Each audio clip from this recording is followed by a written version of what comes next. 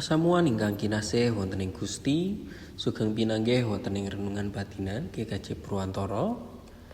Dinten Kemis Legi Surya kaping 9 wulan April taun 2026. Kula Yuswa Agung ngajak kita sesarengan maos kitab suci dinten menika ingkang kapetik saking kalih Yohanes bab 1 ayat 1 dumugi 13. Lan kuwaca ayat 6 ingkang mekaten. Dene katresnan iku yaiku urip kita kudu manut ing pepakone. Dene pepakon iku yaiku kaya anggonmu wis padha krungu ing wiwitan mula, supaya kowe padha urip ana ing sajroning katresnan. Mekaten sabda saking Gusti. Rahayu sedaya tiyang ingkang mirengaken nindakaken lan gatosaken wonten ing gesang padintenan kanthi setya tuhu. Haleluya. Amin. Pasamuan ingkang kinasih irah-irahan renungan ing enjang menika yaiku gesang ing katresnan ingkang nyata. Wonten ing serat kalih Yohanes bab 1 ayat 6 kita sami dipun elingaken bilih katresnan boten namung awujud tembung utawi raos kemawon, nanging kedah kasrat wonten ing tumindak ingkang nyata, inggih menika lumampah miturut dawuhipun Gusti. Katresnan lan ketaatan boten saged kepisah. Tresnani tegesipun lumampah wonten ing kayekten ingkang sampun kita tampi wiwit rumiyin, inggih menika piwulangipun Sang Kristus. Kagem pasamuan GKJ Purwantara, sabda menika ngajak kita sami ngraos-ngraosaken melih menapa katresnan kita sampun ketingal nyata wonten ing gesang padintenan.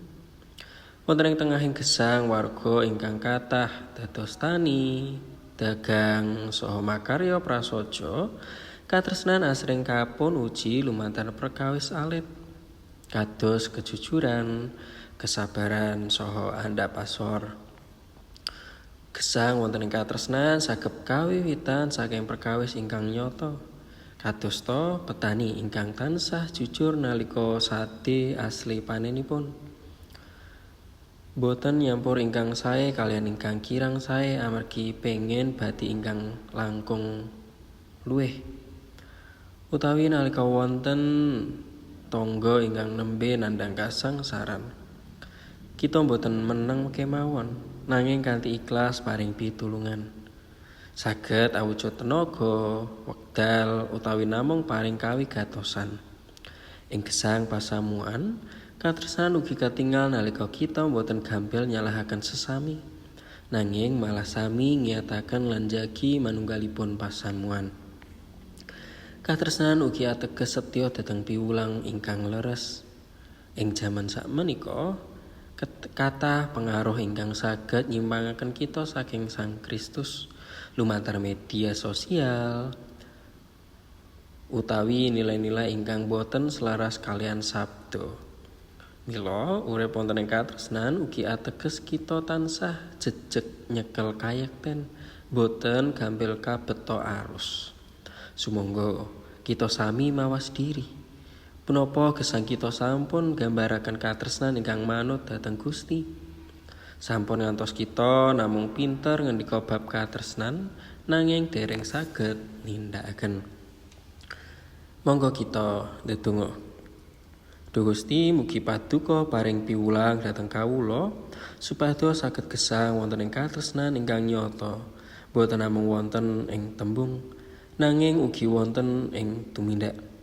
Mugi kawula tansah setya dhateng dawuh paduka lan saged dados berkah tumrap sesami. Mliginipun wonten ing pasamuan lan wonten ing lingkungan kawula. Amin.